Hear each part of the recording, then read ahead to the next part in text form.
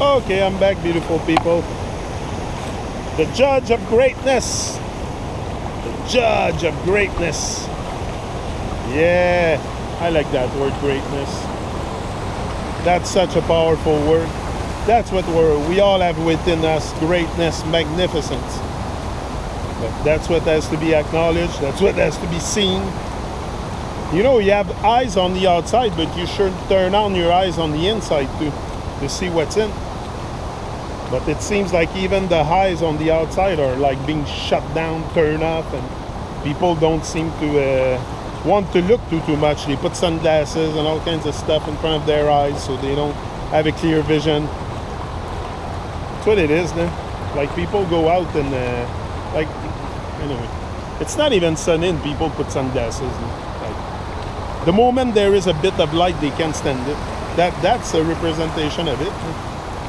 Yeah, the light, they bring it on there, especially the sunlight, come on.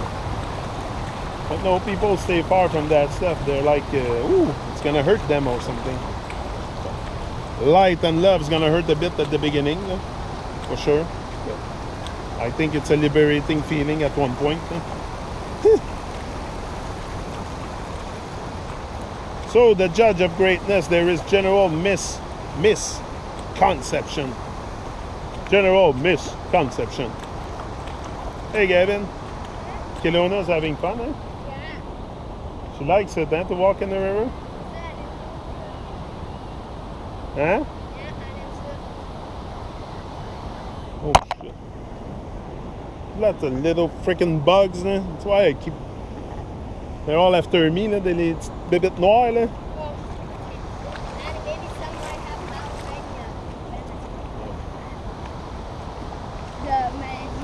No need to be in fear.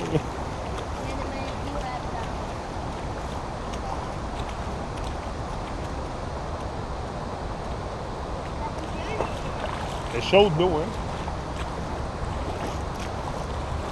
The water is hot.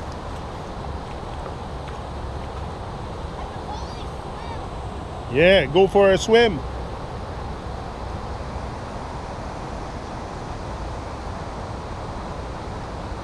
Gonna go on my chair. So yeah, so the judges of greatness. The judges of greatness. Ah, that's interesting. Listen.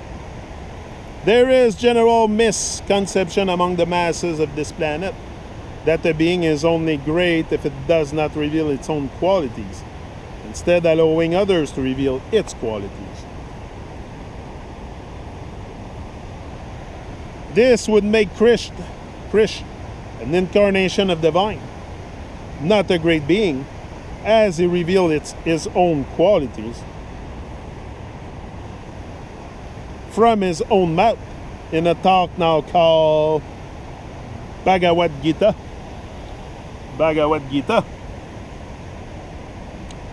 The masses think they are qualified to judge qualities of a soul, which is much higher than them in evolutionary status. It is an illogical impossibility. They can never come to know the partial attributes, let alone complete attributes, of a being way beyond themselves. Their conception of great only stretches to that they can perceive. So what they call great is someone basically at the same level as themselves. In other words, they are great, would be laughable if not so detrimental to their evolution. Greater than God, greater than God. People love to hide their eyes, behind sunglasses. I see that so often. We love to hide our eyes. Try not to do it. I try to do it the less possible. Like I'm very aware of it, so I try not to wear sunglasses most possible. It's so, very unnatural. It's funny how most people expect the source, the Most High, to fit their own parameters. Greater than God. So if the source manifests itself into this world and its parameters fall outside of their assigned parameters, then it surely cannot be God. Most people, despite not being absolute experts in any field, are absolute experts when it comes to one subject, God. Everyone seems to know what God should be like if it were to manifest, especially how it will treat them, accept them as they are, while they judge and ridicule it. Those who conclude God doesn't exist at all also have to be geniuses, considering the all-knowing nature of this conclusion. So it's settled. All the people are greater than God because they have parameters outside of God, while God only has parameters assigned by them. Makes one roll on the ground with laughter. With laughter.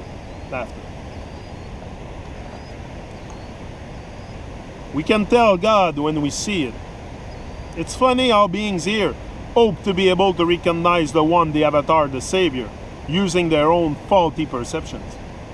Most of them cannot even fathom who is truly higher than them, let alone fathom the highest.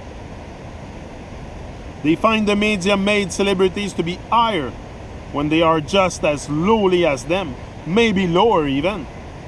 While some unpretentious villager in a real culture they would define as lower.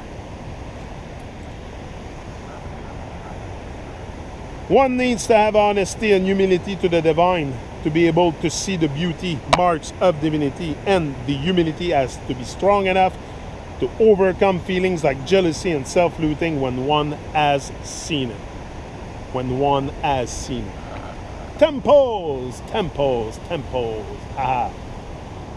All the temples of every organized religion on this planet are a fraud. They serve the fat priest, not divine. The only real temple is the temple area of the avatar's head.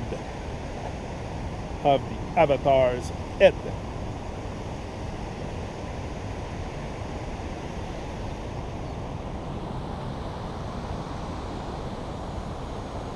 Holy. The term holy comes from holy. W is silent as always. To be whole is the only way to be holy. Hollywood, not Hollywood. It's Hollywood, not Hollywood. Religion. When God divine appears in flesh and blood in front of a person and they just run towards a structure called temple, they are Hindu. If they run towards a structure called a mosque, then they are a Muslim. If they run towards a structure called a church, then they are a Christian, etc., etc., etc.